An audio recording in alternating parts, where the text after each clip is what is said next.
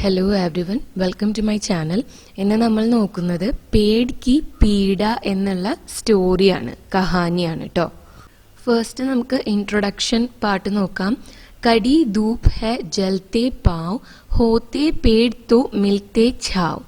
കടി ധൂപ്പ് എന്ന് വെച്ചാൽ കനത്ത വെയില്, പാവ് ജൽന കാല് പൊള്ളുക. അപ്പോൾ കനത്ത വെയിലത്ത് കാല് പൊള്ളും, പക്ഷേ മരങ്ങൾ ഉണ്ടെങ്കിൽ ഛാവ് എന്ന് വെച്ചാൽ തണല് ലഭിക്കും എന്നാണ് പറയുന്നത്. താഴെ കൊടുത്തിട്ടുള്ളത് നോക്കാം. पेड़ यात्रियों की थकावट दूर करता है, उस पेड़ की संवेदनाएं क्या क्या होंगी. पढ़े कहानी पेड़ की पीड़ा. മരങ്ങള് യാത്രികളുടെ थकावट ക്ഷീണം ദൂരീകരിക്കുന്നു. അത്തരം പേടുകളുടെ സംവേദന ഫീലിങ്സ് എന്തെല്ലാം ആയിരിക്കും, അതാണ് നെക്സ്റ്റ് വരുന്ന കഹാനിയിൽ പറയുന്നത്. ശ്രീ കനയ്യലാൽ മിശ്രാണ് ഈ കഥ രചിച്ചിട്ടുള്ളത്. അദ്ദേഹം 29 മെയ് 1906 ഉത്തർപ്രദേശിലെ സെഹരാൻപൂർ ജില്ലയിലാണ് ജനിച്ചത്. 1990 അദ്ദേഹത്തിന് പത്മശ്രീ പുരസ്കാരം ലഭിച്ചിട്ടുണ്ട്. 9 മെയ് 1995 അദ്ദേഹം മരണമടഞ്ഞത്. നിധൻ ഹുവ എന്ന് വെച്ച് കഴിഞ്ഞാൽ മരണപ്പെട്ടത് എന്നാണ് കേട്ടോ. പ്രസിദ്ധ കൃതികള് ഭൂലെ ഹുയെ ചെഹരെ, ദീപ് ജലെ ശംഖ് ബജെ, ക്ഷൺ ബോലെ, കഠാ മുസ്കുരായെ, ഉല്ലേഖനീയ ഹെ തുടങ്ങിയവയാണ്. ഇനി നമുക്ക് സ്റ്റോറിയിലേക്ക് കടക്കാം. കനയ്യലാൽ മിശ്ര പ്രഭാകർ. यात्री धूप में दूर से चला आ रहा था. गर्मी में झुलसा, प्यास से अधमरा और लंबी यात्रा से थका मांदा. യാത്രി വെയിലത്തൂടെ ഒരുപാട് ദൂരെ നിന്നും നടന്ന് വരികയായിരുന്നു. ധൂപ്പ് വെയില്, ചൂടില് വാടി, ജുലസ്ന എന്ന് വെച്ചാൽ വാടുക എന്നാണ്. ദാഹം കൊണ്ട് പകുതി മരിച്ച ഒരവസ്ഥയില്, പ്യാസെ അദ്മറ, അതുപോലെ തന്നെ ഒരുപാട് ദൂരം യാത്ര ചെയ്തതുകൊണ്ട് വളരെ ക്ഷീണിതനായിട്ട്, थकामांदा ക്ഷീണിതനായിട്ട്. जाने कैसे मनहूस रास्ते पर वह आज चढ़ चला कि ना कहीं कोई कुआं मिला, ना छाया, ना पड़ाव और ना सहयात्री ही की संकट सहल होता. അയാൾ ആലോചിക്കുകയായിരുന്നു, എന്ത് മൻഹൂസ് എന്ന് വെച്ചാൽ ഭാഗ്യമില്ലാത്ത, ചീത്ത എന്നൊക്കെയുള്ള മീനിങ്ങളാണ് ഉദ്ദേശിക്കുന്നത്. ഒരു റാസ്ത, വഴിയിലൂടെയാണ് ഞാൻ ഇന്ന് ഇറങ്ങി തിരിച്ചിരിക്കുന്നത്. വഴിയിൽ ഒരു കുവ, ഒരു കിണറില്ല, ഒരു തണലില്ല, അതുപോലെ തന്നെ സഹയാത്രികളും ഇല്ല. ഒരു കമ്പനിക്ക് വേണ്ടിയിട്ട് സഹയാത്രികളും ഇല്ല. यात्री को लगा कि वह अब घड़ी दो घड़ी में ही गिर जाएगा और आकाश से मंडराते चील गिद्ध उसे जीते जी नोच खाएंगे. യാത്രിക്ക് തോന്നി ഇപ്പോൾ തന്നെ അയാൾ താഴെ വീണ് മരിച്ചു പോകുമെന്ന്. അതുപോലെ തന്നെ ആകാശത്തിലെ പറക്കുന്ന ചീൽ ഗിദ്ദ് എന്ന് വെച്ച് കഴിഞ്ഞാല് പരുന്തും കഴുകനും എല്ലാം അയാളെ ജീവനോടെ തന്നെ കുത്തി തിന്നുമെന്ന് അയാൾക്ക് തോന്നി. भय उसके मन के चारों ओर कुछ ऐसा छा गया कि चलते चलते भी उसे लगा कि वह गिर गया है और गिद्ध उसे नोच रहे हैं. അയാളുടെ മനസ്സിനെ ഈ ഭയം വല്ലാതെ ബാധിച്ചു. അതുകൊണ്ട് അയാൾക്ക് തോന്നി നടന്നു പോകുന്ന വഴിയെ തന്നെ താൻ താഴെ വീഴുകയും ഇപ്പോൾ കഴുകന്മാർ തന്നെ കൊത്തി തിന്നുകൊണ്ടിരിക്കുകയാണ് എന്നും. ബൈ വിഹ്വൽ ഹോ ഉസ്നെ ഊപ്പർ കോ മുँह उठाया तो उसे सामने मोड़ पर ही एक हरा भरा विशाल वटवृक्ष दिखाई दिया. ഈ പേടിയിൽ അയാൾ ഒന്ന് മുൻപോട്ട് നോക്കിയപ്പോൾ അയാളുടെ മുന്നിൽ വളരെ വിശാലമായ ഒരു ആൽമരം കണ്ടു. वटवृक्ष आलमरम. उसमें नया जीवन आ गया और उसके गिरते पैर उचककर उसे वटवृक्ष की छाया तक ले आए. അയാൾക്ക് ഒരു പുതിയ ജീവൻ ലഭിച്ചതുപോലെയാണ് തോന്നിയത്. വീഴാൻ പോകുന്ന അവസ്ഥയിലുള്ള അയാളുടെ കാലുകൾ അയാളെ പെട്ടെന്ന് തന്നെ ആ വടവൃക്ഷത്തിന്റെ തണലിലേക്ക് എത്തിച്ചു.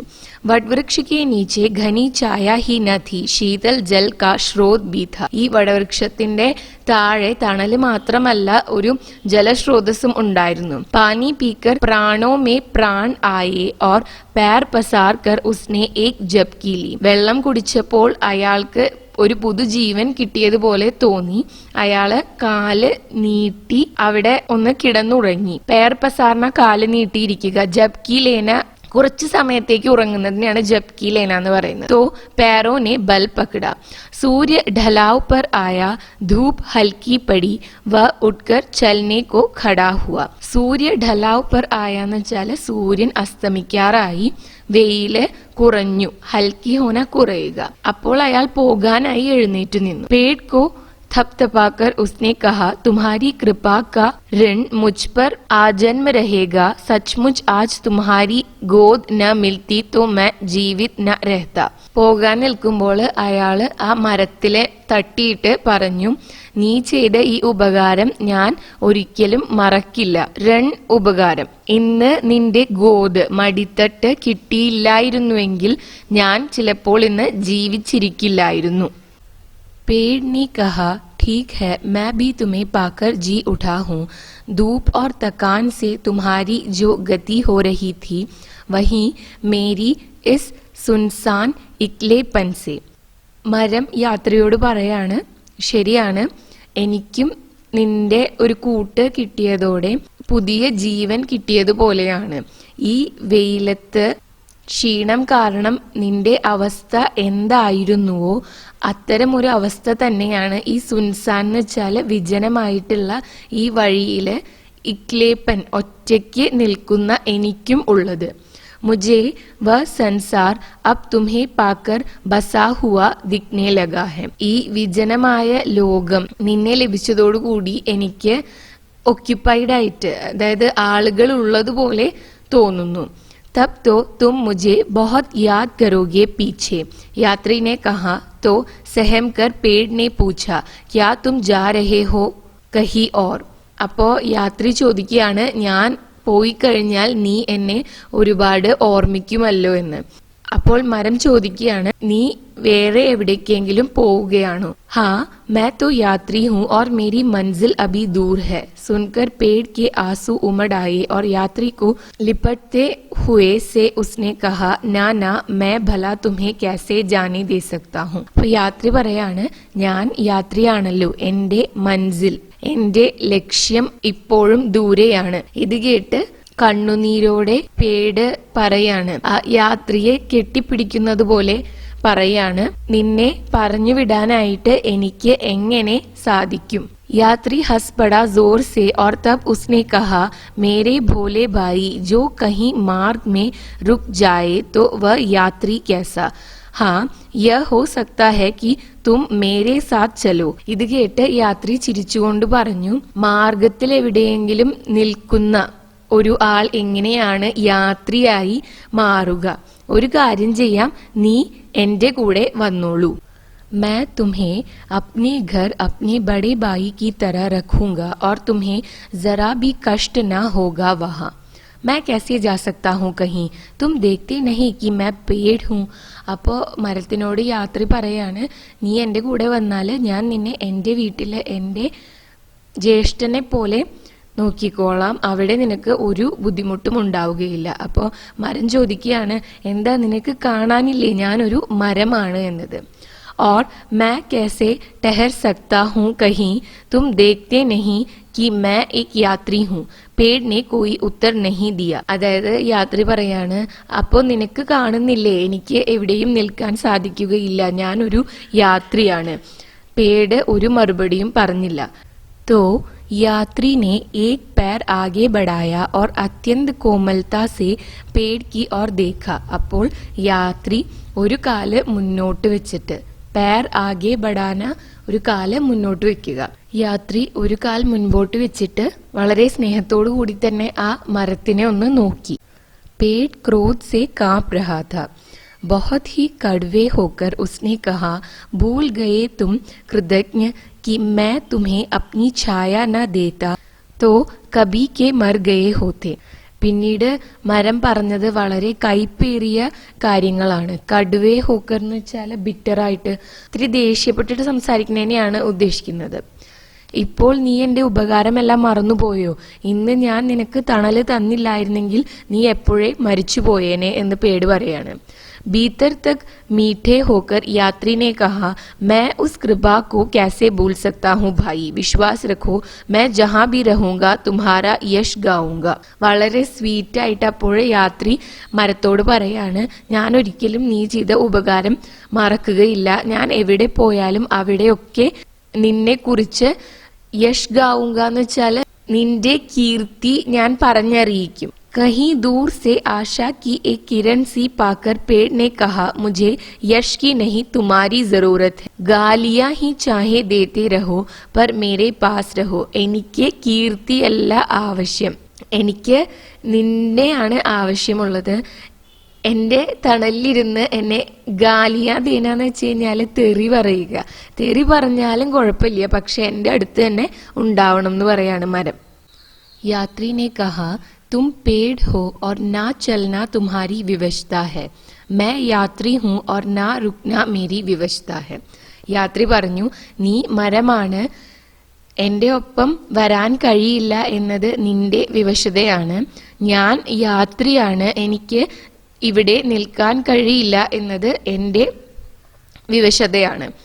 और यात्री चल पड़ा, चलता ही गया, पेड़ खड़ा सोचता रहा, मैंने उसे नाश से बचाया, क्या यही मुझे उसका बदला मिला, कैसी रूखी है ये दुनिया. യാത്രി നടന്നുപോയി, പേട് ആലോചിക്കുകയാണ്, ഞാൻ അയാളെ നാശത്തിൽ നിന്നും രക്ഷിച്ചു, അതിന് എനിക്ക് കിട്ടിയ റെസ്പോൺസ് ആണോ ഇത്, എന്തൊരു ലോകമാണ് ഇത് എന്ന് ആലോചിക്കുകയാണ് മരം. यात्री चलते चलते सोचता रहा, मैं पद के आश्रय को यूं पकड़कर बैठा रहता तो यहीं तक कैसे आता भला. യാത്രയാണെങ്കിൽ നടന്നു പോകുമ്പോൾ ചിന്തിക്കുന്നത്, ഞാൻ വഴിയിലെ ഓരോ ആശ്രയം പിടിച്ച് ഇങ്ങനെ ഇരിക്കുകയാണെങ്കിൽ ഇതുവരെ എങ്ങനെ എത്തുമായിരുന്നു. പേട് അപ്നി ജഗ ഖടാ ഹി രഹാ, യാത്രി അപ്നി രാഹ് ചൽത്താ ഗയാ. മരം അതിന്റെ സ്ഥാനത്ത് നിന്നു, യാത്രി അയാളുടെ വഴിയിലൂടെ നടന്നു പോവുകയും ചെയ്തു. ഇനി നമുക്ക് കഹാനിയുടെ സാരാംശം നോക്കാം. एक दिन कोई यात्री दूर से थका मांदा चला आ रहा था, रास्ते में उसे कोई कुआं या छाया दिखाई न दिया. ഒരു ദിവസം ഒരു യാത്രി ഒരുപാട് ദൂരെ നിന്നും ക്ഷീണിതനായി നടന്നു വരികയായിരുന്നു. വഴിയിൽ ഒരു കിണറുപോലും അയാൾക്ക് കണ്ടെത്താൻ സാധിച്ചില്ല, ഒരു തണല് പോലും അയാൾക്ക് ലഭിച്ചില്ല. उसे कहीं गिर जाने का डर भी था. अचानक उसे एक वटवृक्ष दिखाई दिया. അയാൾ എവിടെയെങ്കിലും വീണു പോകുമോ എന്നൊരു പേടിയും അയാൾക്കുണ്ടായിരുന്നു. പെട്ടെന്നാണ് ഒരു വടവൃക്ഷം അയാൾ കണ്ടത്. वटवृक्ष के नीचे घनी छाया के साथ साथ जल का स्रोत भी था. थकान दूर करने के बाद वह उठकर चलने को खड़ा हुआ. വടവൃക്ഷത്തിന്റെ ഇലകളുടെ തണല് മാത്രമല്ല, അവിടെ ഒരു ജലസ്രോത് ഉണ്ടായിരുന്നു. അതുകൊണ്ട് അയാൾ അവിടെ ഇരുന്ന് റെസ്റ്റ് ചെയ്തു. थकान दूर करना, റെസ്റ്റ് ചെയ്യുക, എന്നിട്ട് എഴുന്നേറ്റ് പോവാനായിട്ട് നിന്നു. यात्री का जाना पेड़ को अच्छा न लगा. यात्री पेड़ को अपने साथ ले जाना चाहता है. യാത്രി പോവുകയാണെന്ന കാര്യം പേടിന് അത്രയ്ക്ക് ഇഷ്ടപ്പെട്ടില്ല. യാത്രിയാണെങ്കിൽ മരത്തെ തന്നോടൊപ്പം കൊണ്ടുപോകാൻ ആഗ്രഹിക്കുന്നു. ലേക്കിൻ വ ജാ നഹീ സക്താ, ആഖിർ പേട് ഹെ. പക്ഷേ മരത്തിന് പോകാനായിട്ട് സാധിക്കില്ല, അതൊരു മരമാണ്. യാത്രി ജാനെ ലഗാ തോ ഉസ്കി കൃതജ്ഞത പർ പേട് കോ ബഡാ ക്രോധ് ആയ. യാത്രി പോകാൻ നിന്നപ്പോൾ അയാളുടെ കൃതജ്ഞതയെക്കുറിച്ച് പറഞ്ഞ് പേട് ദേഷ്യപ്പെട്ടു. यात्री पेड़ का यश गाने की बात करता है, लेकिन पेड़ को यात्री की जरूरत है. യാത്രി മരത്തെ വാഴ്ത്തിപ്പാടാമെന്ന് പറയുന്നു, പക്ഷേ മരത്തിന് വേണ്ടത് കീർത്തിയല്ല, യാത്രിയെയാണ്. आखिर यात्री चला गया, लेकिन पेड़ दुनिया की निरर्थकता के बारे में सोचता रहा. അവസാനം യാത്രി നടന്നുപോയി, പക്ഷേ മരം ഈ ലോകത്തിന്റെ നിരർത്ഥകതയെക്കുറിച്ച് ആലോചിച്ചുകൊണ്ടേയിരുന്നു.